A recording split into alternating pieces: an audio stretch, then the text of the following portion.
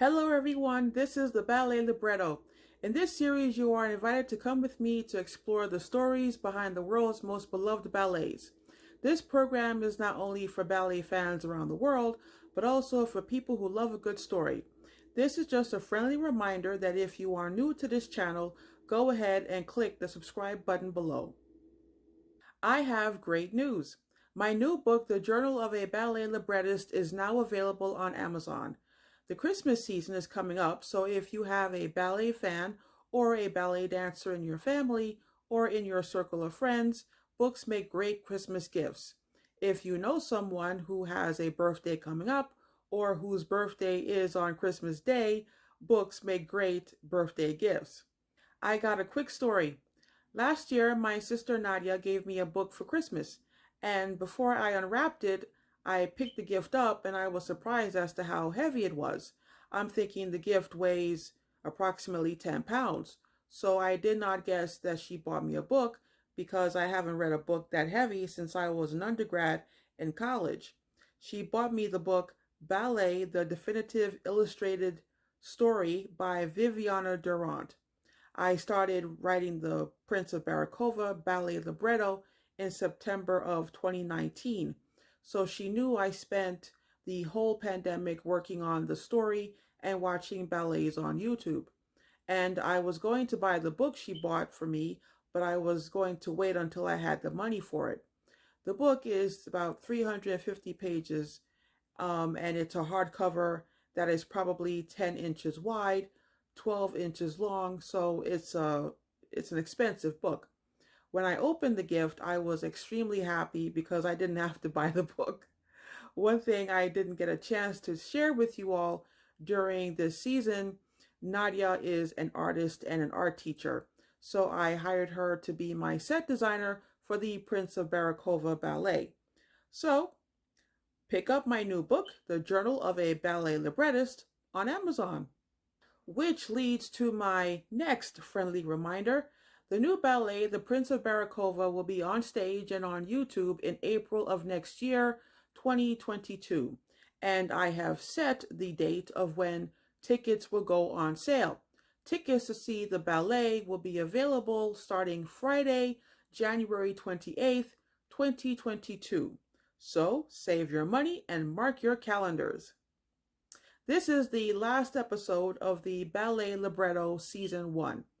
We have now reached the top of the countdown of the most popular ballets in the world. This season started during the Labor Day weekend, the first Sunday of September, and it's amazing how quickly time flew by, and we are now days away from Thanksgiving and Black Friday.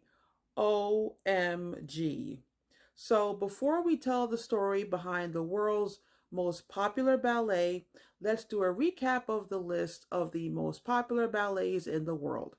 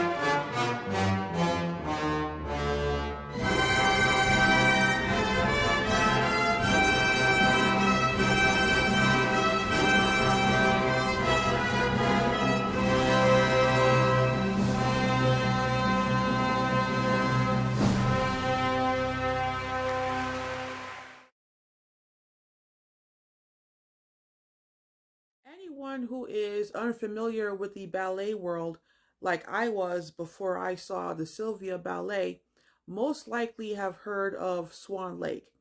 It is just as famous as the Nutcracker. However, I didn't realize the ballet's importance and the level of popularity it has had for a long time. I mentioned in the Sleeping Beauty episode that Sleeping Beauty is a great example of when talented people get together and form a great team. Based on experience, you can get a group of talented people together and they don't make a great team for various reasons.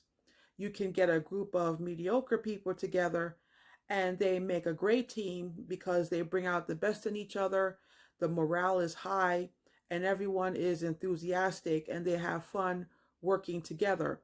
And then there is the team behind Sleeping Beauty.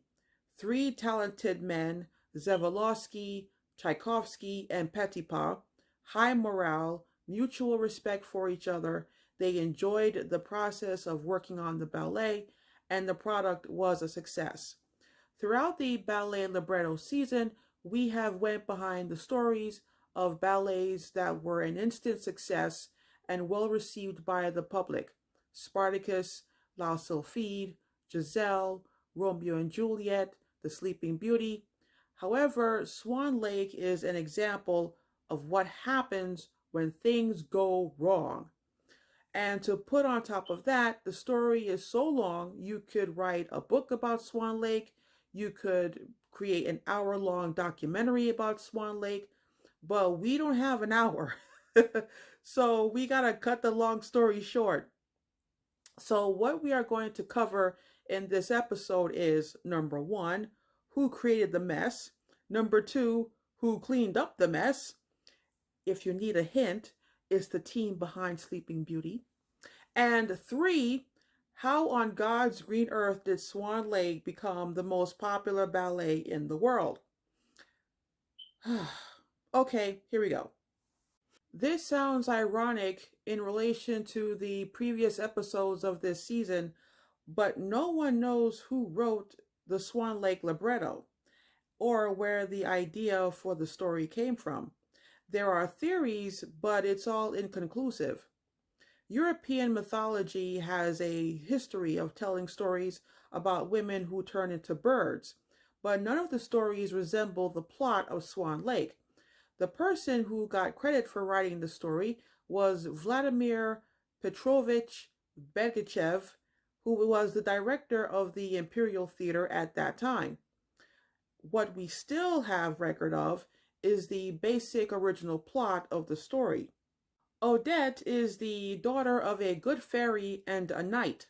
Odette and her friends have the power to transform themselves into swans during the day and turn back to their human forms at night. The main antagonist is Odette's evil stepmother, a sorceress who is trying to kill her, but she is protected by a magical crown she wears that was given to her by her maternal grandfather. If she marries, she will be forever protected from her stepmother's plans. Prince Siegfried falls in love with Odette and promises to marry her, but he is tricked into infidelity by the demon von Rothbard, who is in cahoots with Odette's stepmother and his daughter Odile. Odette is powerless to forgive Siegfried for his betrayal, but Siegfried, who is determined to marry Odette, rips the crown from her head and throws it into the lake. At this time, a storm is coming, and Odette asks Siegfried if he has any idea what he just did because the crown protects her from her stepmother's curse. As a result, Odette dies in Siegfried's arms, and the waters of the lake overflow and engulf them. When the sun rises, two swans appear on the lake. Begachev commissioned Tchaikovsky to compose Swan Lake and Julius Reisinger to choreograph it. It was Tchaikovsky's first time composing music for a ballet, so he was very enthusiastic to get the opportunity. He started writing in 1875, and it took him exactly a year to finish composing the entire ballet. Reisinger gave him a basic outline of music requirements for each dance in the ballet, so for the most part they worked apart from each other. Raysinger was born in Prague in the modern day Czech Republic, and he choreographed 20 ballets for the Imperial Theater, which is known today as the Bolshoi. At the time of the Swan Lake production, Raysinger had an embarrassing track record. In 1871, he choreographed a five-act ballet called The Crystal Slipper, a version of the Cinderella story. Then in 1873, he staged a new ballet titled Kashev, and in 1875, he staged another ballet titled Stella. All three ballets were a flop with the audiences. He began work on Swan Lake immediately after Tchaikovsky finished the score, and it took him 11 months to work on the choreography. Swan Lake premiered on March 4th, 1877 at the Imperial Theater, and it was a flop. The critics bashed it, complaining that the music was too noisy and too complicated for ballet, and it was too symphonic, and they thought Julius Raysinger's choreography was, and I quote, unimaginative and unmemorable. This left Tchaikovsky heartbroken. Since it was an immediate failure, the first revival of the ballet took place 2 months after the premiere in May. The prima ballerina at the Imperial Theater, Anna Shobeshenskaya, decided to play the Swan Queen Odette, but she didn't like the choreography nor the music. So without Tchaikovsky's knowledge, she took a trip to St. Petersburg to find Marius Petipa and asked him to choreograph parts of the ballet.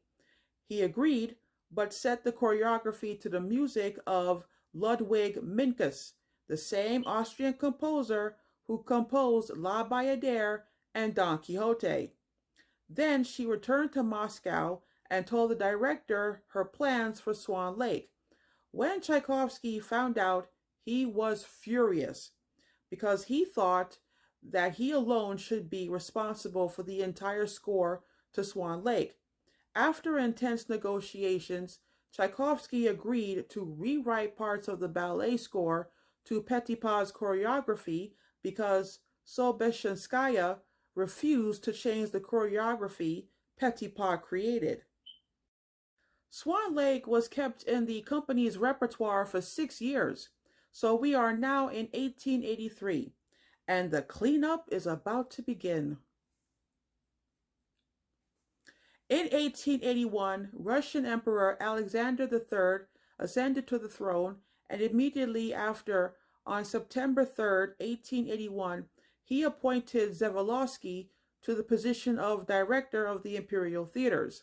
The Imperial Theater in St. Petersburg is known today as the Mariinsky, and the Imperial Theater in Moscow is known today as the Bolshoi. So Zhevalovsky was the head of both theaters, and he had no prior managerial experience nor experience in running a theater. However, he proved to be a great director. In 1881, he started reforming both theaters. He forced some people to retire, he fired some people, he transferred some dancers from Moscow to St. Petersburg, he made budget cuts, and he took Swan Lake out of the repertoire. In 1888, Zhevalovsky, Petipa, and Tchaikovsky began working on the Sleeping Beauty Ballet. Then in 1891, they began working on the Nutcracker Ballet. Then in 1893, Zhevalovsky told Petipa and Tchaikovsky that he had an idea of reviving the Swan Lake Ballet. Tchaikovsky was very excited about the idea because he enjoyed working with Petipa. However, in November 1893, Tchaikovsky passed away. Zhevalovsky decided to go ahead with the Swan Lake revival in memory of Tchaikovsky. But with Tchaikovsky gone and Petipa's plans of making changes to the ballet, it was decided that new people needed to be involved in the project. Tchaikovsky was a fan of the composer Riccardo Drigo, so he was commissioned to revise the score and clean it up.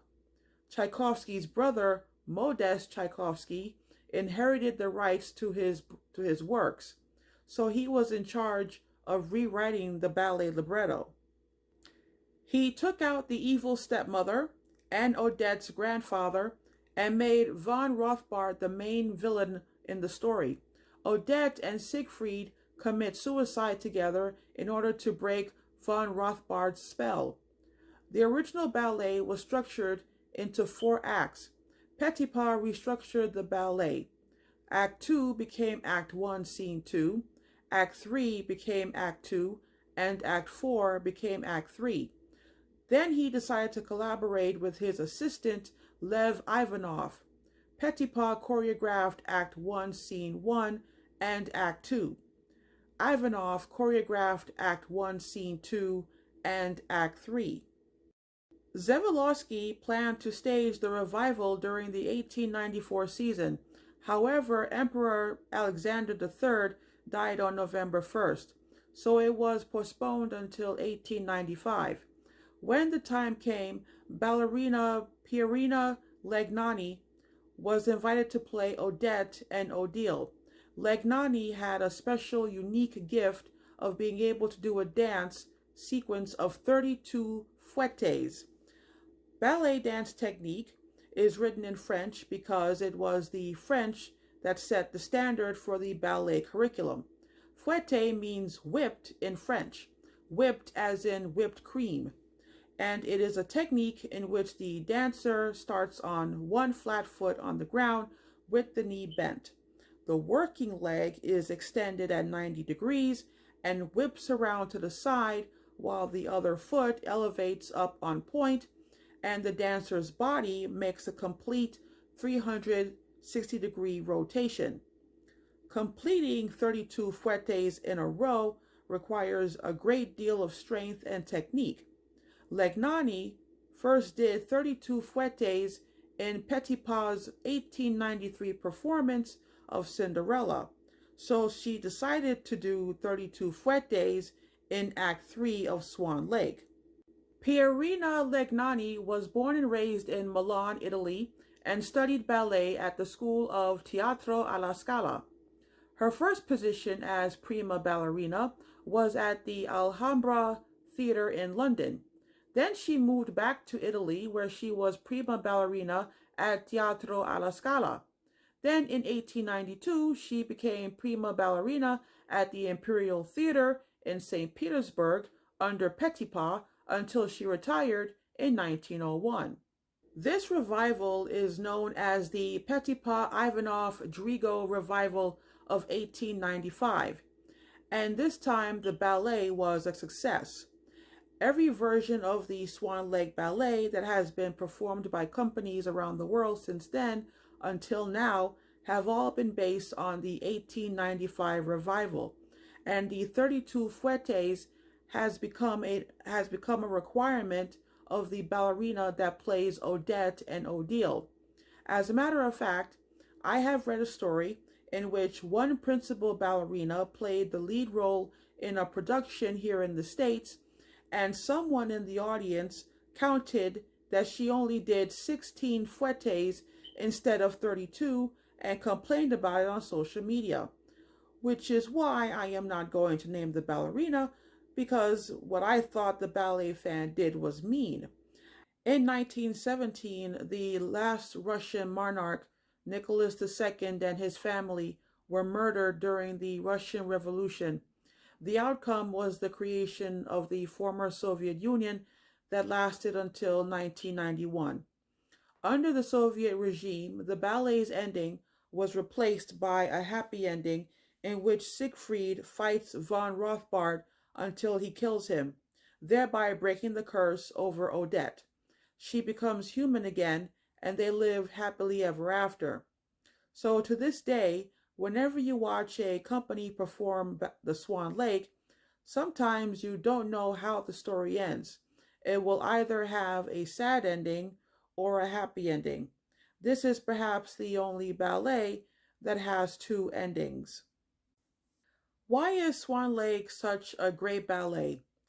Well, it's a combination of all that has transpired within the past 150 years.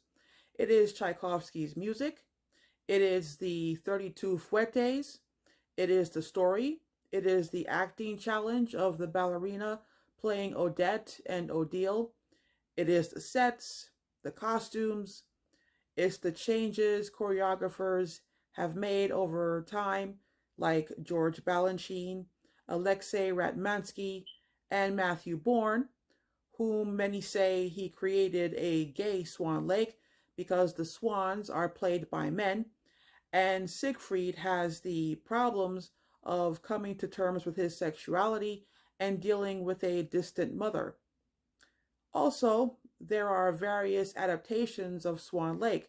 There is a Barbie version of Swan Lake. There is a film version called Black Swan, made in 2010 and directed by Darren Aronofsky. Natalie Portman played the main character, the ballerina rehearsing Swan Lake, and she won an Oscar for that role. So every time Swan Lake gets retold, the legend grows. And as long as people keep going to the opera houses to watch Swan Lake, it will always be at the top of everyone's list.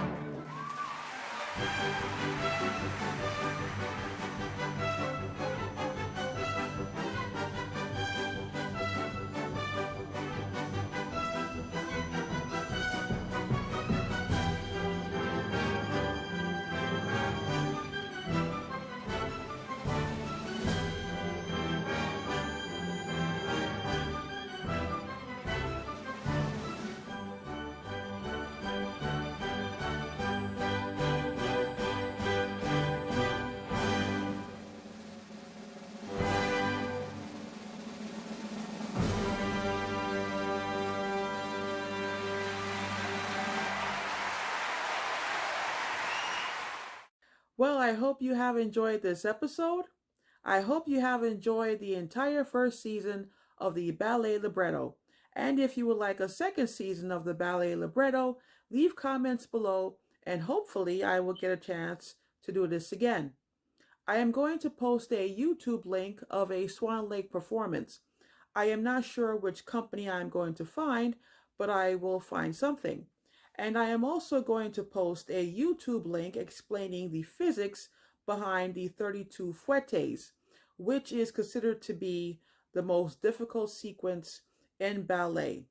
As a matter of fact, Swan Lake is the closest thing ballet has to Shakespeare, according to the legendary choreographer George Balanchine.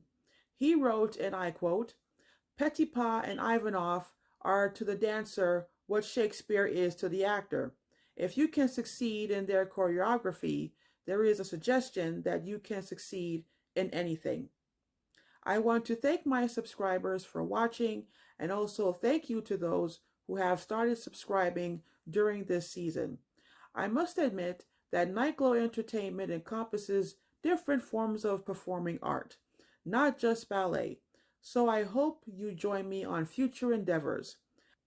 I want to end this season by saying this. During the 400 years of ballet history, at times it was political, but always evolving, always complex, and at the center of it, ballet was and still is about the human experience. And that is what this season of the Ballet Libretto was all about. What it means to be a human being. Thank you very much for watching and see you again hopefully sooner rather than later on the Nightglow Entertainment channel right here on YouTube. Take care and God bless.